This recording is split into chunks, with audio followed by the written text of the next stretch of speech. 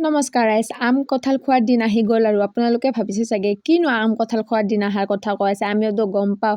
নহয় মানে মই বিশেষ এটা ভিডিঅ' বনাব লৈছোঁ আজি। বিশেষ মানে কি আৰু আমাৰ গাঁৱৰ কিছুমান নীতি নিয়ম মানে আম কঁঠাল খোৱাৰ দিন বুলি সেইকাৰণে কৈছোঁ যে আমাৰ গাঁৱত প্ৰত্যেক বছৰে মানে বাটৰ নাম পাতে, মানে বাটৰ নামখন যোৱাৰ পাছতহে আমি আম কঁঠালবোৰ খাব পাওঁ। আৰু বেলেগ ফালে প্ৰায়ভাগে মই ভিডিঅ' দেখা পাই আছোঁ আম কঁঠাল খাই আছে, আমাৰ ইয়াতে আকৌ বাটৰ নাম নোযোৱালৈকে আমাক আম কঁঠাল খাবই নিদিয়ে। তো আজি এই বাটৰ নামখনত আম কঁঠাল যিমান যি খোৱা বস্তু আছে প্ৰায়ভাগ বস্তু ইয়াতে দিয়ে।